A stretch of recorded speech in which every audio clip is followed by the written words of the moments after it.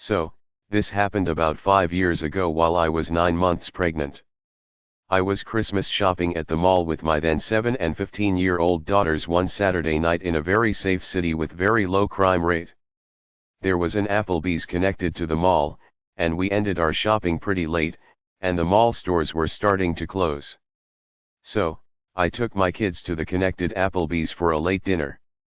We finish up eating at about 10 p.m., and leave out the Applebee's entrance into the practically deserted parking lot with shopping bags in tow. As we got to the car, I was in the middle of maneuvering the shopping bags on my arms to find my keys, when a 50-ish-year-old crusty-looking guy starts walking up from somewhere in the parking lot with shaggy gray/white hair and a faded flannel shirt and old jeans. I noticed him briskly approaching when he was about 40 feet away, and he said, "This is a stick-up, give me all your money." My blood ran cold and I stared at him owlishly and shakingly said, "What?"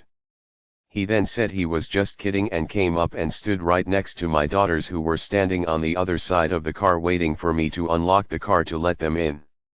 He then starts making small talk with me and my girls. He's asking things like if they were being good girls for Santa, how old they were, if we got all our Christmas shopping done, what kind of things did we get, etc. He didn't seem drunk, high, slow, or mentally challenged at all. He was very coherent and seemed of sound mind.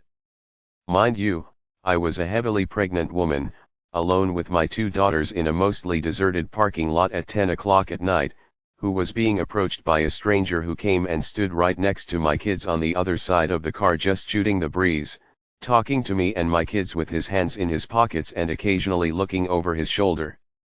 I didn't want to aggravate him, so I was politely conversing with him and trying to look calm and nonchalant while trying to disguise my frantic hands digging inside my giant purse for my car keys. This exchange went on for a couple minutes while he periodically kept looking over his shoulder. I was silently panicking and trying to politely keep the situation from escalating by calmly and nonchalantly talking to him while also trying in vain to find my damned car keys to get us out of there. They were in there hiding good. I felt that at any moment he was going to pull a knife or gun, or rob me, and my kids were right next to him, away from their mother on the other side of the car, and I couldn't find my fucking car keys to get my kids into the safety of the car. He kept trying to engage them in conversation, and I could see that my oldest daughter was a little weirded out, and she kept glancing at me to gauge my assessment/reaction to the situation. Kids often tend to not recognize potential danger when they are with their parents, since they see us as their protectors, and being that he was only talking and acting friendly, and I was doing my best to stay calm, they were oblivious to the alarming situation we all were in, and being 9 months pregnant, and that I was no match for this full-grown man, especially if he was hiding a weapon on him. While still desperately digging for my keys, I tried to politely give him hints that the conversation was over by saying things like, "It was nice chatting with you, but I gotta get these kids to bed, and it was nice meeting you," and telling my girls to say that it was nice meeting him too. My polite attempts to get this guy to leave wasn't working because he kept sidestepping my attempts, and asking them what their favorite school subjects are and how nice young ladies they were, etc., while I was struggling with the shopping bags and digging in my giant cluttered purse for my car keys. My outgoing 7-year-old was completely oblivious to how not okay the situation was, because he was being friendly and because of the whole "I'm with mommy, so I'm safe" child mentality. So, she started to talk about what she picked out for daddy for Christmas, and started enthusiastically talking about kid stuff and asking him if he knew what Minecraft was, etc., and keeping this creep from leaving us alone by keeping him engaged in conversation. They didn't realize that I was becoming desperate to get them the hell out of there. Then I suddenly felt this sinking feeling of dread when I realized that I may have lost my keys in the mall, and that we were stuck outside with this strange man who kept looking over his shoulders and was showing no signs of walking away, and I was thinking that he was waiting for the perfect moment to pounce. All he had to do was grab one of my girls and threaten their life, knowing it would make me do whatever he wanted as long as he wouldn't hurt them. I started to feel my adrenaline start to spike, and my heart and stomach started doing flip-flops, and I felt like at any moment shit was going to go down, as the gravity of realizing that there were no other people or witnesses around and that we were totally alone with him, and at that moment, the odds were stacked against us and that he has his chance. Then, he all of a sudden was all like, "Okay, it was nice talking with ya, see ya later," and walked off in the same direction as to which he came. It wasn't until then I found my car keys and unlocked the car and told my kids to get in fast, and I got in too and locked the doors and started the car and drove the hell out of there. My 15-year-old lightheartedly and jokingly said, "Okay, that was weird," and laughed. I was overwhelmed with relief, and then I was confused over what just happened. I thought to myself, why the hell would a guy of seemingly sound mind think it totally acceptable to go out of his way just to approach a woman and her kids in a deserted parking lot late at night just to chit-chat?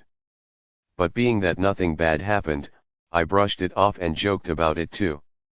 When we got home, my husband greeted us and asked us how shopping went, and I said it went well, and my 15-year-old told him what happened in the parking lot and how weird it was and was kinda joking about it. I started joking too, saying how I was mentally having a panic attack while trying to look calm, and I started making fun of myself by telling my husband how I was attempting to inconspicuously rummage through my purse to find my car keys. My husband went completely white, and I acknowledged his horrified look of alarm, and I assured him that, albeit creepy, the guy was just talking and eventually left on his own. Now, my father-in-law is a retired sheriff deputy, and my husband went through police academy training after graduating high school. He decided to go to business school instead of becoming a cop, and being that the knowledge he gained from that, plus growing up with a cop for a dad, I found out why my husband looked absolutely horrified when I told him the details. What my husband told me completely rattled me to the bone. My husband told me that he was 100% sure that the reason why that guy was hanging around us and chit-chatting was because he was waiting for me to unlock my car. And the reason why he was standing next to our kids was because once I unlocked the car, and the kids started to get inside, he was most likely going to force himself into the car with the kids and hold a knife or gun to them to gain leverage on me to force me to cooperate, knowing that I wouldn't abandon my kids, which would force me to get into the car with them and do whatever he wanted me to do, which most likely would be to drive to a remote location to do God knows what. And being that he wasn't wearing a mask, suggests that his intentions were to also leave no witnesses to identify him. I then remembered that he was positioned by the backseat passenger door where my 7-year-old was standing by waiting to get in. My husband then told me that the most likely reason why the guy ended up leaving was because it took so long for me to find my keys, and the longer it took, the more anxious and spooked it made him. And that whole time, I was desperate to find my car keys, which through some sort of divine intervention, stayed hidden in my purse, thus saving us from potentially being abducted.